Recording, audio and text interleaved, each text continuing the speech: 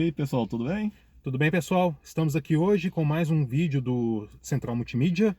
E hoje nosso tema vai ser o peculiar gosto do mercado brasileiro. O que é isso? Para quem não nasceu nos anos 70, 80 ou 90, já ouviu histórias de como que eram os carros desse período? Como que antigamente um carro de duas portas era considerado um carro chique? Não era só chique, você tinha que ter um carro de duas portas. O carro de quatro portas quase não tinha no mercado. Exato, foi uma coisa que veio começando ali nos anos 90. Foi acabando dos anos 90, né, eu acho. É, e antigamente você tinha assim, coisas como, o meu carro tem uma central multimídia, era coisa assim, inimaginável. Era coisa, nossa, você é milionário. E hoje você praticamente não consegue achar um carro 0 km que não seja básico sem central multimídia. Esse e outros detalhes você vai ver depois da vinheta. Então, pessoal, vamos lembrar algumas coisinhas aqui que eram bem. Que ainda, não, o Brasil ainda tem peculiaridades, né? É um mercado ainda muito assim, a ser descoberto, vamos dizer. O motor multiválvulas, por exemplo, quando ele chegou no mercado, foi numa época que a informação não era algo que você conseguia com tanta facilidade. Resultado: chegaram os motores 16 válvulas, né? Que multiválvula hoje em dia seriam 12 válvulas, então não pode generalizar, mas na época eram os 16. O que aconteceu? Muita gente ficava assim: o que é esse motor 16 válvulas? Não tinha acesso à informação. Você não sabia como funcionava, para que servia, como que era manter.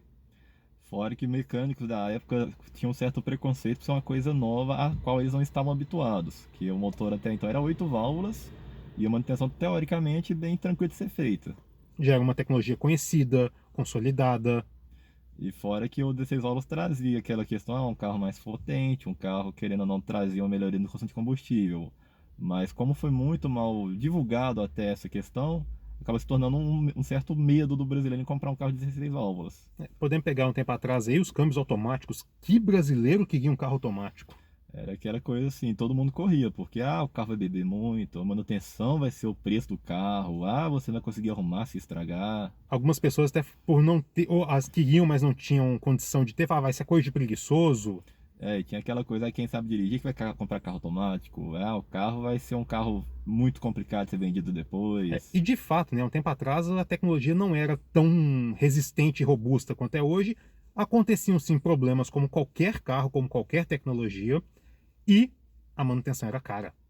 Era cara por outro porém também, que como foi um carro que era pouco comercializado, você não tinha tanta mão de obra especializada, não tinha também uma demanda de peças tão grande para esses veículos automáticos. E você só tinha a manutenção na rede autorizada. E olha lá, quando tinha, que algumas montadoras mesmo traziam um carro automático, mas a sua própria rede não conseguia reparar o carro automático. O mecânico não era bem treinado pela montadora para poder fazer aquele reparo específico. E aí, como a gente já mencionou no nosso vídeo do carro bomba, você teria um carro bomba. Clica aí para você saber o que é um carro bomba.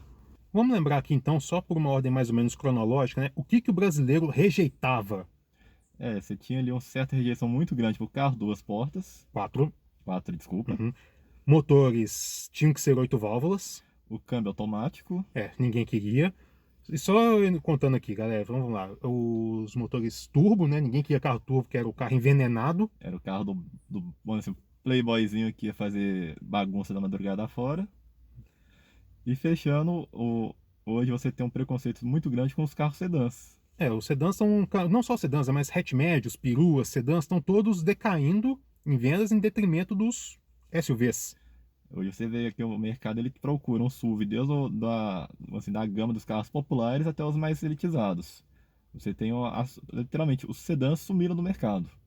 Você não Uhum. acha mais sedã assim de luxo até intermediário de entrada, você não consegue encontrar mais um lançamento que chame atenção nem nada. Muitas marcas consideradas puristas estão sobrevivendo hoje graças a SUVs, como, por exemplo, Porsche, A própria Lamborghini, a Ferrari já estão lançando seus SUVs porque viu que é um mercado que praticamente vai dominar o mundo já já. Bentley. Bentley, Nós temos a Caoa Chery, que só traz praticamente SUV agora. Nós temos que o Arizo 5 de sedã, só. o Arizo 6 e o resto é tudo SUV.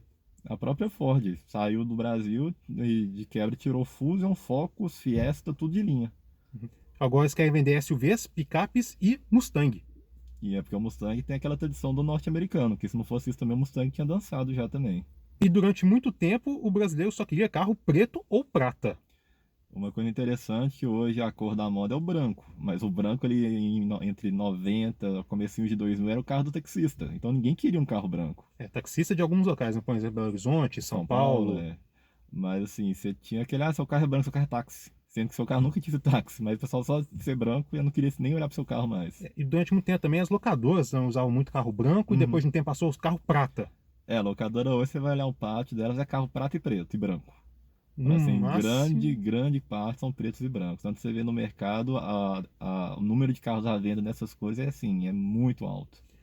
Hoje, dependendo de qual marca você vai olhar e modelo, você só encontra preto, prato, branco, cinza, talvez um azul e um vermelho. E olhe lá, viu? E pra achar esse azul e vermelho, você tem que procurar muito pra achar. E quantos. Vamos olhar, né? Acho que se for olhar, sem querer falar mal da montadora, mas é um exemplo que eu tenho aqui na cabeça. Você tinha quando eu parti no EcoSport, você tinha o prata. Um prata prata, um prata escuro, um prata bege. Prata chumbo. Nossa, cada um com seu sobrenome. E aí você via que no final era tudo a mesma coisa, só tentavam dar uma gourmetizada nos nomes das cores pra poder vender mais caro o carro. E fazendo uma menção honrosa aqui, né? Durante uma crise, não foi bem uma crise, mas que o Plano Real perdeu muito seu valor no mercado internacional, o veículo 1.0 passou a ser a predominância assim, de 70% do mercado brasileiro. Esse veículo ele tinha como principal atrativo o preço, porque na época foi criada uma cota onde veículos abaixo de 1.000 cilindradas teriam isenção ou até um imposto um pouco mais em conta que os seus demais motores maiores. O vulgo IPI. Exato, e isso praticamente proliferou os 1.0. Assim, antigamente, para achar 1.0 era só a Fiat e uma outra montadora, a Chevrolet, se eu não me engano, que tinha o Corsa. O Gol. Exato, Chevette Júnior. e depois que popularizou, eu pego ali final de 90 e início de 2000, praticamente assim, 80, 70% dos carros eram 1.0 no Brasil. Você tinha até um caso bem curioso que era o Volkswagen Polo, aquele que tinha o farol duplo de cada lado. Ele Ah, chegou tá. durante um tempo a sair com motor 1.0, só que o motor não era tão bom quanto os 1.0 hoje, não tinha torque. Resultado, o carro não andava e consumia muito. É um exemplo dessa evolução do 1.0 mesmo, que esses motores, quando lançados lá em meados de 80, década de 80, o motor ele mal conseguia gerar 50 cavalos. Hoje o motor 1.0 aspirado, sem contar os turbinados que já é covardia, o motor 1.0 hoje, bem trabalhado e tudo, ele chega a render até 80 cavalos. E às vezes com uma faixa de torque até bem satisfatória. Exato, é um carro assim, pro dia a dia ele resolve o problema. Mas assim, o ideal mesmo seria um carro com um motor um pouco mais forte, mas que devido a essas questões econômicas e até do mercado brasileiro ter, vamos dizer assim, aderido a essa coisa, se tornou o carro brasileiro Foi a febre padrão. durante um tempo, foi o que o brasileiro queria. Exato, e aí eles existiram, aí você vê desde hatch pelado 1.0 até carros tamanho de minivans com motor 1.0. Nossa, eu lembro disso aqui. Você tinha sedãs que sofriam, principalmente aqui de onde somos, Belo Horizonte. As ladeiras aqui são tão íngremes que os sedãs 1.0 não conseguiam subir. Tem caso aqui de ruas em BH que o pessoal entrava no seu carro, perguntava seu carro é 1.0, então não, vamos fazer outro caminho ali, porque o seu carro não é subir aquela rua que chega na minha casa, não. Isso era muito comum. Ainda mais em época de chuva desistia. Se o pneu não tivesse em bom estado, E o motorista não tivesse uma certa habilidade ali no volante, aí um abraço. As próprias autoescolas aqui em BH mesmo adotaram os carros 1.0, mas ao longo prazo viram que estava muito difícil até para os alunos aprenderem e adotaram depois carros 1.4 a 1.6. e vamos falar aqui de alguns acessórios também que faziam parte do kit do brasileiro. Se antigamente ali quando você for comprar um carro, você praticamente era necessário você instalar aquelas calhas de chuva nas janelas laterais. Uma coisa que não era muito esteticamente interessante, mas em contrapartida ela te ajudava ali em época de chuva, de tempestades, onde você conseguia deixar o vidro um pouco aberto e não tinha aquela tinha um pouco da questão do embaçar o vidro. Isso porque naquela época, vamos fazer um porém aqui, né? Os carros não vinham com ar-condicionado de série. Era um item caríssimo que muitas pessoas ou não tinham condições para arcar com valor ou simplesmente ignoravam por ser mais um item que podia dar problema no carro e dar manutenção, puxar consumo. E além do mais, gerava aquele medo da manutenção muito cara, né? Que você não era, como era um equipamento novo, você não tinha muito conhecimento. E além surgiu aquelas coisas que o ar-condicionado aumentava o número de possibilidade de se gripar, doenças respiratórias, tinha todo esse contexto das atuais fake news que existiam naquela época. Hoje em dia o ar-condicionado a gente pode ver, né? Ele tem um filtro de cabine que você tem que trocar regularmente, tem os serviços de limpeza do ar-condicionado em si, que é muito bom você fazer de tempos em tempos, confira o manual do seu veículo. E a própria revisão do seu carro a cada 10, ou dependendo do seu modelo, a cada 10 ou 20 mil quilômetros, você já faz essa troca da verificação do filtro de cabine. Já vem escrito no manual para você Exato, já é fazer. um item de assim, de manutenção preventiva. E como resultado, né, você tendo um ar-condicionado para desembaçar o seu vidro, você não precisa mais andar com aquele jornalzinho para desembaçar o vidro. E nem detergente, nem ficando pedindo pra alguém ir limpando o vidro enquanto você dirige, aquela coisa que só. Esticar a mão no volante e esfregar com as costas da mão para não engordurar o vidro.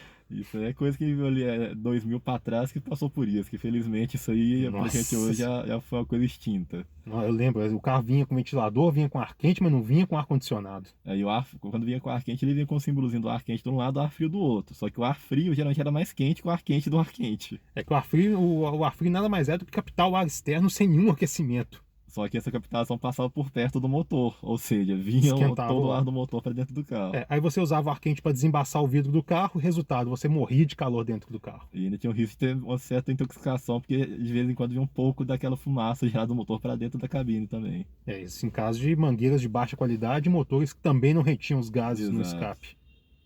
Então, pessoal, como que é o carro do Brasil hoje? Hoje, assim, pega grande parte do mercado, procura o quê? Um SUV ou um crossover. Que nós vamos falar para vocês no próximo Central Multimídia o que é um SUV e o que é um crossover. Você sabia que existe essa diferença? Não é tudo SUV, viu? Tem diferença pro crossover. Então o brasileiro quer SUV, que é automático. Carro geralmente na tonalidade branco, marrom ou preto. 4 portas. Necessariamente buscam por centrais multimídias, aquele carro mais automatizado, questão de conecta com o telefone automático, vai ser um carro que vai me dar uma rota aqui no GPS na minha tela automático. Sensores de estacionamento. Eram itens de conforto, um ar-condicionado, como a gente já mencionou, direção elétrica ou hidráulica para alguns modelos um pouco mais antigos. Ou seja, o mercado deu uma amadurecida, né, na exigência. Aí, se for comparar o mercado hoje com o mercado antigamente, o que hoje a gente está exigindo em um carro de entrada, entre aspas, né, é que os carros de luxo já traziam, de alguma certa forma, lá meados de 90 até começo de 2000. Hoje em dia não, vamos pegar aqui, até os anos 2010 mais ou menos, você configurava um carro popular, você tinha que colocar direção, ar-condicionado, vidro elétrico. Tapete. Nossa, tapete era opcional. O ar-condicionado antigamente era um item de luxo. Você falava, igual vamos pegar, o primeiro carro meu que eu tive foi um Palio. Era um Palio Fire Pad Boy que tinha um ar-condicionado. Por ele ter um ar-condicionado, todo mundo me fala, nossa, você tá rico e tal. E assim, hoje é um item. Você vira assim, meu carro não tem ar-condicionado, galera, velho. Pobreza, velho. Já é um carro que vai entrar nos excluídos do mercado. Exato. Vai ter uma depreciação maior por não ter o item. É um carro que vai custar vender. Então, galera, é por isso hoje está feito o nosso vídeo aí. O que você achou? Gostou? Lembra de algum detalhe que a gente não mencionou aqui? Põe nos comentários. Gostou do conteúdo? Gostei? Não gostou? Não gostei? Escreva por quê. Tá gostando dos nossos vídeos? Inscreva-se no nosso canal e deixe o joinha pra gente. E até uma próxima. Até, pessoal!